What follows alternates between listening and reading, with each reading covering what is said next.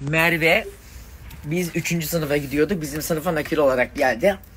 Ele de uzun sırık bir kızıydı ki sınıfta. Üstünde de bir yeşil çanta. Bak hiç unutmuyorum. Bana diyor ki her şeyi hatırlamak zorunda mısın? Unutmuyorum kızım, ne yapayım? Üstünde kötü köyüne bir yeşil çanta. Saçlarını da kafasının yanından ayırmış. Bir de bizden uzundu ya. Hala uzunum bu arada. Evet hala uzun ama aklı kısa.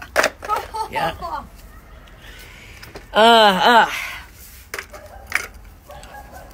Evet, bugünün anlam ve önemi. Ben nişanlanmışım. Niye ben senin bir saattir ayrılık dertlerini dinliyorum arkadaşım? Ha? Arkadaşım ayrılmış. Ve gayet veda kutlaması yapıyoruz. Şu an gayet mutlu, özgür bir kuş gibi. Özgür bir kuş gibiyim ha. Şimdi yeni yürüyeceği yolda akıl veriyorum inşallah. Benim gibi 7 ayın içinde nişanlan, kalk yukarı, ağzın gözün yayma. Ben sana düğünden nispet bulurum. Kısmet bulurum.